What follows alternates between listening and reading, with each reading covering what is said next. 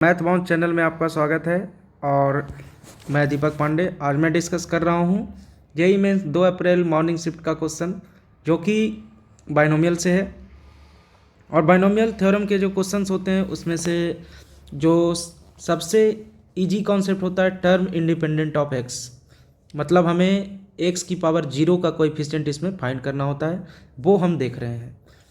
तो ये जो मेंस का अप्रैल शिफ्ट का जो क्वेश्चन है मॉर्निंग शिफ्ट में पूछा हुआ, इसमें क्या दिया हुआ है, एक्स प्लस 1/x की पावर 2/3 माइनस एक्स की पावर 1/3।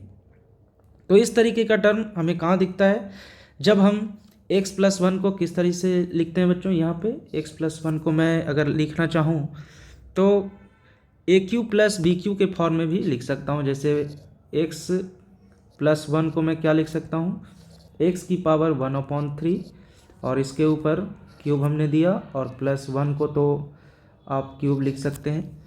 और इस तरीके से हमारा ये क्या हो गया, ए क्यू प्लस बी क्यू का फॉर्मूला हो गया। तो ए क्यू प्लस बी क्यू का फॉर्मूला हमने 8, 9, 10 में पढ़ा था। क्या होता है इसका फॉर्मूला, एक्स की पावर 1/3 प्लस 1 इंटू ए स्क्वायर। तो यहाँ पे ए की जगह एक्स की पावर 1/3 है, तो एक्स की पावर 2/3 माइनस ए बी होता है। तो ए बी की जगह हमारा क्या हो गया, एक्स की पावर 1/3 इंटू 1, तो एक्स की पावर 1/3 और प्लस बी स्क्वायर होता है। तो बी की जगह आज हमारा क्या है, 1 है, तो 1 का स्क्वायर 1 हो गया। तो हमने इस तरीके से क्या फाइंड किया, एक्स प्लस 1 का फॉर्मूला। इस तरीके से भी हम रिप्रेजेंट कर सकते हैं। अब दूसरी टर्म की जो बात हो रही है, दूसरी टर्म है हमारे एक्स माइनस 1। तो दूसरा टर्म हम देख पा रहे हैं यहाँ पे एक्स माइनस 1 है। एक्स माइनस 1 को हम कैसे लिख सकते हैं बच्चों, एक्स माइनस 1 और पूरा टर्म ही मैं ले लेता हूँ, तो एक्स माइनस एक्स की पावर 1/2। एक्स माइनस 1 को मैं चाहूँ तो लिख सकता हूँ रूट एक्स माइनस 1, ए माइनस बी इंटू ए प्लस बी, और रूट एक्स प्लस 1। और अगर मैं नीचे जाऊँ तो यहाँ कॉमन क्या दिख रहा है, रूट एक्स कॉमन दिख रहा है, मतलब मैं इसे रूट एक्स माइनस 1 लिख सकता हूँ। और यहाँ से हमारा root x minus 1 root x minus 1 cancel होता है, और हमें क्या मिलता है बच्चों, हमें यहाँ से मिलता है इसकी value root x plus 1 upon root x, और इसे सिंपली क्या लिख सकते हैं, 1 + 1/√x। तो ये हमने दूसरा टर्म भी फाइंड कर लिया। अब हम यहाँ पे देख पा रहे हैं कि x + 1 में अगर हम इसको ऐसे रिप्रेजेंट करते हैं तो इससे ये वाला टर्म तो कैंसिल हो जाएगा। तो हम फाइनली क्या लिख सकते हैं, इसे फाइनली हम इसे ये लिख सकते हैं,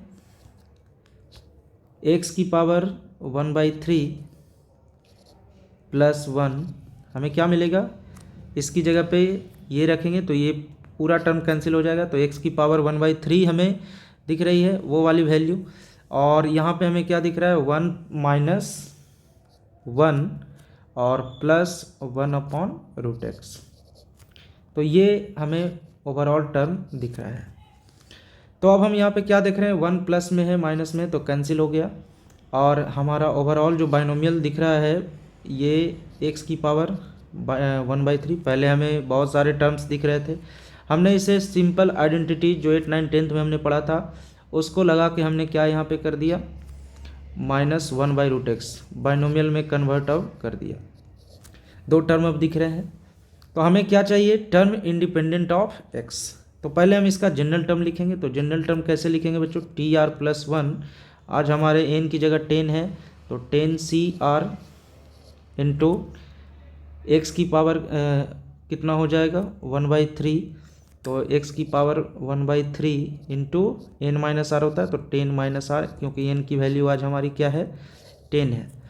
उसके बाद y की जगह पे -1 है, तो -1/√x की पावर r। ये हमारा जनरल टर्म का फॉर्मूला है, जो कि हमने बाइनोमियल थ्योरम चैप्टर्स में पढ़ा था। अब मैं इसको फिर से सिंप्लीफाई करूँगा तो क्या मिलेगा, 10CR इंटू एक्स की पावर -r/2। ये क्या हो जाएगा, 1/2 ऊपर आएगा तो क्या होगा, -1/2 और -r/2 हो जाएगा। और साथ में -1 है, तो इसे भी मैं -1 की पावर क्या लिख लूँगा, r लिख लूँगा। तो पहले मैंने इस टर्म को लिखा, अब यहाँ पे इसे क्या लिख सकता हूँ, x की पावर 10-r/3। फिर मैं जब इसे सिंप्लीफाई करूँगा तो हमें क्या चाहिए, x की जो कोएफिशिएंट चाहिए एक्स की पावर में जो हमारा वैल्यू है वो 0 चाहिए। तो ये एक्स की पावर में वैल्यू एक यहाँ से आएगा, एक यहाँ से, तो मल्टीप्लिकेशन में पावर ऐड हो जाएंगे और -r/2 plus 10 - r/3 equal to 0 और 10 - r/3 equal to r/2। Simply हम सिंप्लीफाई कर लेंगे तो 20 - 2r इक्वल टू 3r और यहाँ से r की वैल्यू हमें क्या मिल गई बच्चों, 4 मिल गई। तो r हमने फाइंड कर लिया। अब जब हम r इक्वल टू वैल्यू 4 रखते हैं तो यहाँ से क्या मिल रहा है, T5 मिल रहा है, वही हमारा टर्म इंडिपेंडेंट ऑफ x होगा। तो T5 क्या होगा, 10C4 r है ना, r की वैल्यू 4 है, तो 10C4 इंटू -1 की पावर 4।